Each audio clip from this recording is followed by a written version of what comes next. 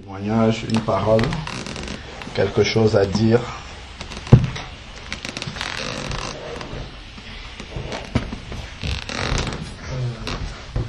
J'ai un témoignage à faire, en fait, c'est un témoignage de notre vie, ce qui nous amène aussi à être ici aujourd'hui. Donc, pour ma part, je suis né dans une famille catholique, donc j'ai grandi dans cette éducation catholique avec tout ce que ça comporte, et petit à petit, le Seigneur s'est révélé à moi à travers des doutes que je commençais à avoir sur telle ou telle pratique. Il y a des choses qui faisaient partie de mon éducation, mais que je commençais à remettre en cause petit à petit. Et de fil en aiguille, je me suis rendu compte que ça ne correspondait plus vraiment à ce à quoi je croyais en fait. C'est comme si je me réveillais un matin dans un autre monde où je me rendais compte que voilà, j'avais été trompé pendant toutes ces années-là, esclave pendant toutes ces années. Et là, je me rends compte maintenant que en fait, c'est pas comme ça que Dieu voulait qu'on se comporte. C'est pas ce qu'il attendait de nous. Amen. Donc, c'est vraiment un sentiment de honte, on va dire, voilà, que j'avais eu à un moment donné, parce que je me suis rendu compte que toutes ces années-là, en pensant bien faire souvent, je faisais des choses qui n'étaient pas agréables, de bons parfums vis-à-vis de lui. Donc voilà, donc petit à petit, on s'est rendu compte qu'on était un peu trop loin et on a décidé de sortir de ce milieu-là. Et d'abord pas pour aller quelque part, pour prier ensemble, pour voir comment est-ce que, enfin ce que Dieu prévoyait pour nous, où il voulait qu'on parte. Et depuis peu de temps, il nous a demandé maintenant de rejoindre une communauté. Donc on suivait un peu vos enseignements via Être en Jésus, Jésus-Christ TV ou d'autres en fait enseignements qu'on trouve sur le net. Donc petit à petit, ça a beaucoup participé aussi à notre éveil. Donc Amen. soit le Seigneur Amen. Amen. Pour tout ça, ça a vraiment participé à notre éveil et de fil en aiguille, nous voici ici. Gloire à Dieu. Au préalable, j'avais été baptisé catholique et donc je me disais, parce qu'on avait eu plusieurs discussions, je me disais hors de question que voilà, pour moi il n'y a qu'un seul baptême, voilà, ça a été fait. Donc et le Seigneur petit à petit m'a convaincu qu'en fait voilà, il fallait que je sois baptisé selon ce qu'il a décrit lui-même dans la Bible. Avec l'enfance et tout ce que ça coïncide, parce que j'ai été baptisé très petit en fait à l'école primaire, donc je dois peut-être 10 ans, 9 ans. Donc voilà, j'étais pas vraiment conscient. Ce qui en fait, on va dire, ce qui m'intéressait, c'était la fête qu'on devait faire après.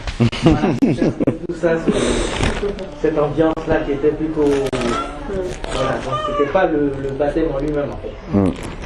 Voilà, donc avec ma femme, elle a un autre cheminement par rapport à moi.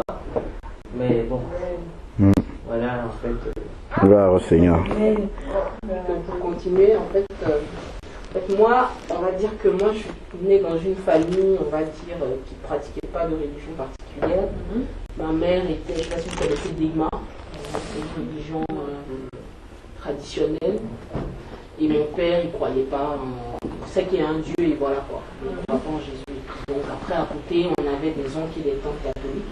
Après, j'ai fait une école protestante, donc je pense que quand j'avais 16 ans, Dieu s'est révélé à moi, en fait, et j'ai rejoint une église évangélique.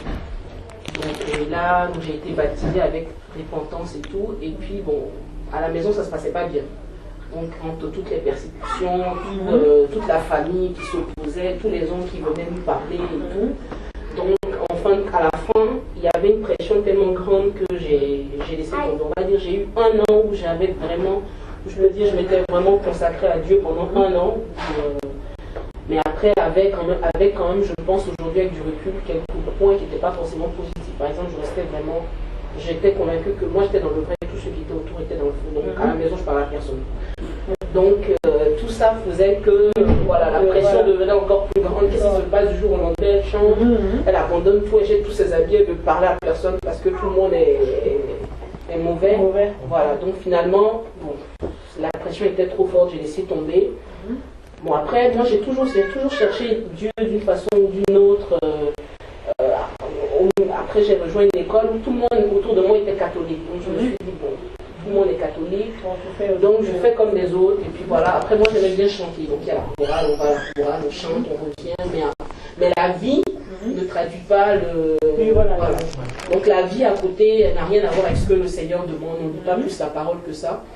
Donc c'est vrai qu'il y a moi par contre les pratiques de l'église catholique, je ne connais pas vraiment l'église catholique. J'ai fait la chorale, mais sérieusement, j'ai même été rebaptisée catholique pour d'autres mariages. Mais je l'ai fait pour faire quoi. Donc, voilà. Mais, et puis en suivant donc, les différentes, on a recommencé, on a allé à nouveau à l'église catholique parce que là on avait vraiment décidé de suivre un peu plus le Seigneur. Et voilà, il y a certains trucs qui ne lui convenaient pas, qui lui en fait voilà le dérangeait. Moi de toute façon, moi j'étais jamais, je sais pas combien de fois mari et tout. Ça, vu que j'étais plus protestante à la base, ça ne me convenait pas, mais bon, je faisais comme les autres. Et puis là on s'est dit bon, peut-être que il faut prendre conscience du fait que Jésus nous voit dans tout ce qu'on fait, donc en fait il faut choisir quoi, parce que comme il dit ne pas choisir, c'est choisir. C'est à la fin aussi. Moi je pense autrement, moi quand quelqu'un dit quelque chose, je ne le comprends pas, je ne suis pas d'accord avec lui, mais je dis rien, voilà. Et puis bon, finalement, j'ai retiré, ça fait, je pense, un peu plus de 6 mois. Ouais, un peu plus. Non, 9, mais non, je pense que c'était avec la naissance d'Amanda.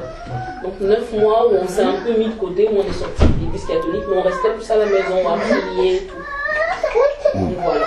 D'accord. Puis là, je pense que le Seigneur nous a mis à cœur maintenant d'intégrer une communauté, parce que tout seul, je pense que c'est bien au début pour prendre du recul, pour savoir, pour pas, je compte de dire suivre, pour suivre. Tout à fait. Mais il y a un moment où il faut gloire à Dieu.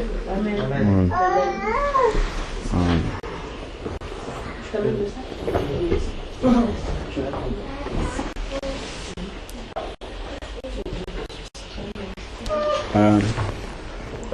Juste pour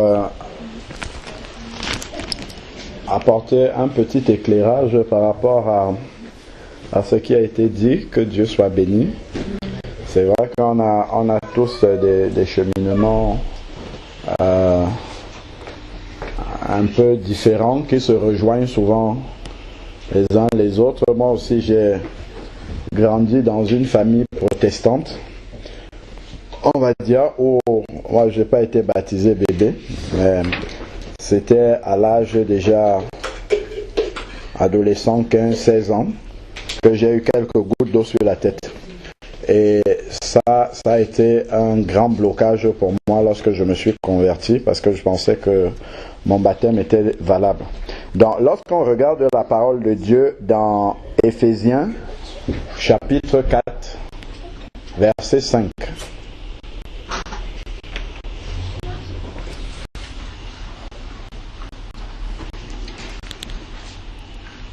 Éphésiens chapitre 4, verset 5.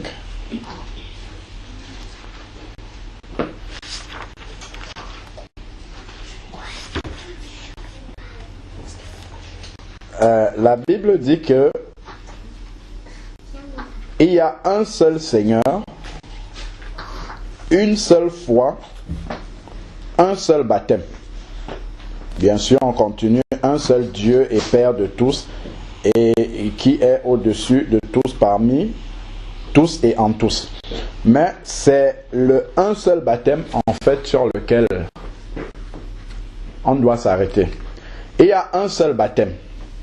Effectivement, quand on prend un baptême, quelle que soit la religion, on se dit, bon, ben, je suis déjà baptisé, donc il n'y en a pas un autre que je dois prendre. Bon, allons maintenant dans Actes chapitre 19, versets 1 à 7. Actes chapitre 19,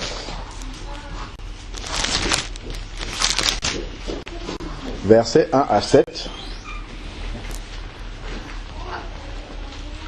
Actes chapitre 19, versets 1 à 7. Il est dit, pendant qu'Apollos était à Corinthe, Paul, après avoir traversé les hauteurs du territoire, se rendit à Éphèse. Alors, se rendit à Éphèse. Il rencontra, vous avez vu, quelques disciples. Ce n'est pas des païens qu'il a rencontrés. C'est des personnes que la Bible appelle déjà des disciples. Ce n'est pas toi que j'appelle. Donc, ce sont déjà des disciples. Et il leur dit, avez-vous reçu l'Esprit Saint quand vous avez cru? Ils lui répondirent, nous n'avons même pas entendu dire qu'il y ait un Saint-Esprit. Il dit, quel baptême avez-vous donc reçu? Parce que pour lui, s'ils sont baptisés, ils doivent avoir le Saint-Esprit. Et ça rejoint Acte 2, verset 38. On peut garder un doigt et aller lire Acte 2, verset 38, où Pierre avait donné le jour de la Pentecôte un éclairage par rapport à ça. Après avoir prêché, les personnes qui étaient là, au verset 37, ont été touchées dans leur cœur et ont posé la question, Acte 2, verset 37, que ferons-nous donc, frères? En gros, pour être sauvés. Et qu'est-ce que Pierre va leur répondre au verset 38? Pierre leur dit, repentez-vous et que chacun de vous soit baptisé au nom de Jésus pour le pardon de vos péchés et vous recevrez le don du Saint-Esprit. Donc, s'ils avaient été baptisés selon ce modèle-ci, ils devraient naturellement avoir le Saint-Esprit. Donc, il dit repentance, ensuite baptême, et là, le don du Saint-Esprit arrive. Mais comme ils n'ont pas été baptisés selon ce modèle, d'ailleurs, Paul justement, il pose la question parce que ce verset-là que nous venons de lire, Acte 2, 38, n'a pas été manifesté dans leur cas. C'est pourquoi Paul pose la question, mais c'est quel baptême alors que vous avez reçu? Parce que pour lui, il n'y a qu'un baptême, qui est celui dont Pierre parle dans Acte 2, verset 38. Poursuivons la lecture. Ensuite, il répondit, nous sommes à la suite du verset 3. Il répondit, le baptême de Jean. Ça, maintenant, ça va alerter Paul. Quand il dit le baptême de Jean, pour nous, ça peut être le baptême catholique, le baptême protestant, le baptême presbytérien, le baptême, tous les baptêmes qu'on a là, aujourd'hui. Et donc, il va leur expliquer maintenant. Alors, Paul dit, il va apporter l'éclairage. Jean a baptisé du baptême de repentance. C'est pourquoi on les appelle des disciples. Parce qu'ils sont passés par le baptême de Jean, dont ils se sont repentis. Seulement, leur repentance n'a pas été concrétisée par le véritable baptême biblique. C'était là où était le problème. C'est pour ça que l'Esprit Saint n'est pas venu apporter le sceau dans leur vie, le sceau de Dieu dans leur vie. Parce qu'ils ne sont pas passés par les étapes bibliques. Jésus a dit dans Matthieu 28, vers le verset 20 et suivant, « Allez, faites de toutes les nations des disciples. » C'est-à-dire, allez et annoncez-leur la repentance. D'ailleurs, je crois que Luc 24 le dit. C'est-à-dire, il a envoyé ses disciples annoncer la repentance aux gens. Donc, quand on annonce la repentance aux gens et que les gens passent effectivement par cette repentance-là et prennent la décision de suivre Jésus, ils deviennent des disciples. Maintenant, il faut valider tout ça par l'obéissance du disciple qui est la toute première, c'est le baptême d'eau par immersion. C'est-à-dire, tuer l'ancienne vie complètement, qu'elle soit enterrée. Parce que quand quelqu'un est mort, on ne peut pas rester avec le corps de la personne. Il faut enterrer la personne. Et la Bible dit bien dans Éphésiens 2 que nous étions morts par nos offenses. Donc lorsque nous ne connaissions pas encore le Seigneur, nous étions dans la mort. Et lorsqu'on accepte le Seigneur, il nous fait revenir à la vie. Nous ressuscitons avec Christ. Et maintenant que nous sommes ressuscités, l'ancienne personne, elle est toujours là, donc il faut l'enterrer. C'est pourquoi il faut passer dans les eaux du baptême. Revenons maintenant toujours dans Acte 19. Il leur explique que Jean a baptisé du baptême de repentance, verset 4. Il disait au peuple de croire en celui qui venait après lui. Donc les gens se baptisaient et il les envoyait vers Jésus. Il disait, il y a un qui vient après moi, c'est vers lui qu'il faut partir. Donc ensuite, il y a, voilà, celui qui viendra après lui, c'est-à-dire en Jésus, sur ces paroles. Si nos baptêmes d'avant étaient valables, Paul n'aurait pas baptisé cela. Surtout que le baptême de Jean était quelque chose qui venait de Dieu en plus. Ce n'était même pas quelque chose... ce n'était pas ce que nous on appelle les baptêmes dans les religions aujourd'hui qui ne viennent même pas de Dieu. Parce que Jean est quelqu'un que Dieu, un prophète que Dieu avait envoyé. Donc Jean avait le sceau de Dieu et il avait justement l'approbation de Dieu de baptiser les gens pour le baptême de repentance. Mais malgré cela, Paul, sur ces paroles-là, dès qu'il a entendu que leur baptême n'était pas le baptême biblique tel que Pierre l'a dit dans Acte 2, qu'est-ce qu'il a fait? Sur ces paroles, il fut baptisé au nom de Jésus.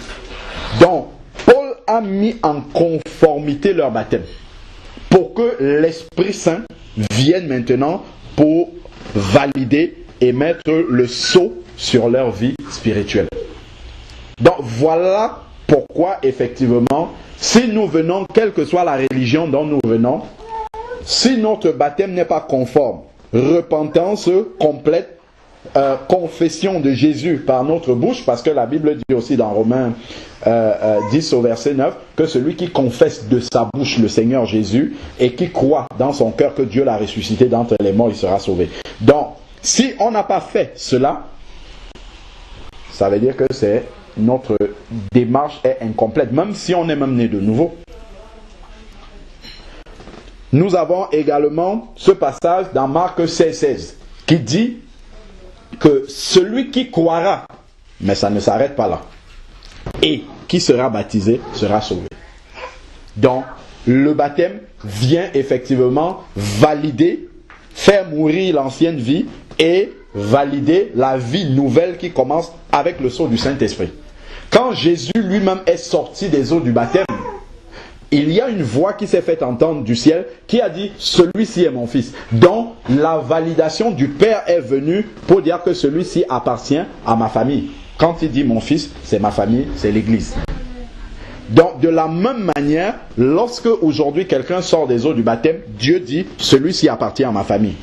Je le mets à part. Il fait désormais partie de ma famille. Je le sépare de sa famille charnelle et je le greffe à ma famille spirituelle, à l'église. Donc en même temps, tout ce qui est lien qu'on peut avoir traîné, qui sont des liens familiaux, des liens ancestraux, tous ces liens-là sont morts dans les eaux du baptême complètement. Après la repentance, c'est enterré totalement et on n'a plus rien à voir spirituellement avec notre famille. Donc quand quelqu'un est né de nouveau et il fait des choses, il dit « Ah, ça c'est de famille », non, c'est pas vrai. C'est parce que son intelligence spirituelle n'est pas renouvelée et il ne sait pas ce qui s'est passé spirituellement le jour de sa conversion et de son baptême d'eau. C'est toute cette réalité spirituelle, cette puissance spirituelle que Dieu va déployer quand on plonge quelqu'un dans les eaux du baptême. C'est tout cela qu'il fait mourir, tout ce qui descendait de sa famille, tout ce qui descendait de son ancienne vie, tout cela reste dans les eaux du baptême complètement. C'est ça qu'on enterre. Voilà pourquoi on doit immerger la personne. Je prends l'exemple souvent, si nous allons maintenant au cimetière et que en passant devant une tombe, on voit que juste le buste de quelqu'un est enterré, la tête est dehors, les pieds sont à l'extérieur, on va fuir. Là, il y a un véritable problème parce que la personne n'est pas complètement enterrée. C'est la même chose que les baptêmes où on n'immerge pas la personne. Que ce soit les gouttes d'eau sur la tête, moi j'en ai reçu quand j'étais plus jeune. On dit baptiser, mais on met les gouttes d'eau sur la tête. En fait, baptiser, ça veut dire plonger dans, ça veut dire immerger. On ne peut pas dire immerger et on n'immerge pas la personne complètement. on la met à moitié. C'est comme un mort qu'on enterrerait juste une partie du corps, soit la tête, on enterre la tête et puis on laisse le corps à l'extérieur. Ça n'a pas de sens. Donc il faut immerger complètement de la même manière que Jésus a été mis complètement dans la tombe et qu'il est ressorti après.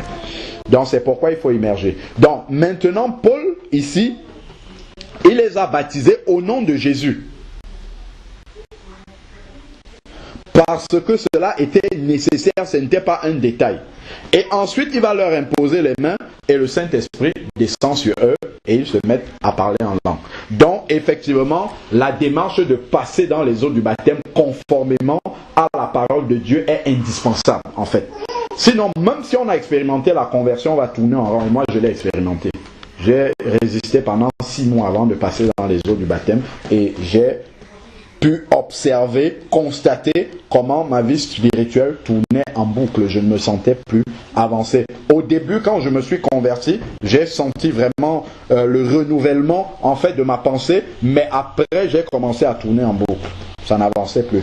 Et c'est le baptême qui a apporté le déblocage. Parce que effectivement, il y avait encore tout le poids de la religion ancienne. Je me référais encore justement à ma famille qui avait été dans cette religion-là, à mes grands-parents et tout ça. J'avais souvent référence encore à eux. Parce qu'il y en avait qui étaient pasteurs, il y en avait qui étaient anciens d'église et tout ça. Et c'est sur cela que reposait en fait mon assurance du salut. Alors que mon assurance du salut devait reposer sur Jésus seul. Et c'est après le baptême que vraiment tout cela a été renversé en fait dans ma tête. Tous ces raisonnements-là ont été renversés. Et le véritable salut est venu dans mon cœur complètement. Donc ce n'est pas un détail, le baptême d'eau par immersion avec la repentance, c'est vraiment ce que le Seigneur demande parce que il y a un travail spirituel que peut-être matériellement, physiquement, on ne le voit pas, mais après, on va le ressentir pratiquement dans la vie de tous les jours. On va ressentir vraiment toute une différence complète entre l'avant et après. Même les Écritures même vont s'éclairer d'une manière nouvelle, parce que notre intelligence spirituelle a été renouvelée par l'Esprit de Dieu qui a pris place, et toute son autorité en nous, parce qu'on est dans l'obéissance complète. Donc c'est vraiment tout cela qui va se mettre en place dès lors que l'obéissance est venue.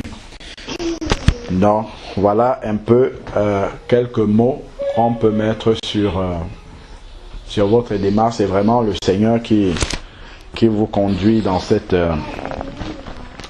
marche-là. Maintenant pour la sœur Ghislaine qui avait déjà été baptisée d'eau par immersion et passée par la repentance. Le Seigneur, quand il commence un travail avec nous, si par nos propres manquements nous sortons de la voie de Dieu, le Seigneur en fait il n'efface pas notre nom du livre de vie. C'est pas ce qu'il fait. C'est à la fin, quand on part de la terre. Parce que la Bible dit qu'il est réservé aux hommes de mourir une seule fois, après quoi vient le jugement. Donc c'est à la mort, quand on meurt, là maintenant il va regarder notre état à ce moment. Si on n'est plus dans la foi, là il va effacer le nom du livre de vie, on n'est plus là-dedans. Mais tant qu'on est encore vivant, on peut encore revenir. Et quand on revient, on ne recommence pas tout avec le Seigneur. C'est-à-dire que les dons qu'il avait mis en toi, son esprit, tout a été mis en sommeil. Quand tu sors de ses voies, ça se met en sommeil et l'autre commence à agir, il nous conduit dans ses voies, tout ça. Mais le jour où on entend de nouveau la voix de Dieu et qu'on revient, Dieu remet simplement en éveil tout ce qui était resté dans le sommeil et on continue la marche. Là où il avait arrêté le chantier, parce que nous sommes tous des maisons en construction que Dieu fait. Donc là où il avait arrêté le chantier, il continue, il poursuit seulement le chantier, il ne détruit pas tout pour tout recommencer. Il continue le chantier à ce stade-là. Et on peut même être surpris de voir à quelle vitesse, selon vraiment la disposition de notre cœur à revenir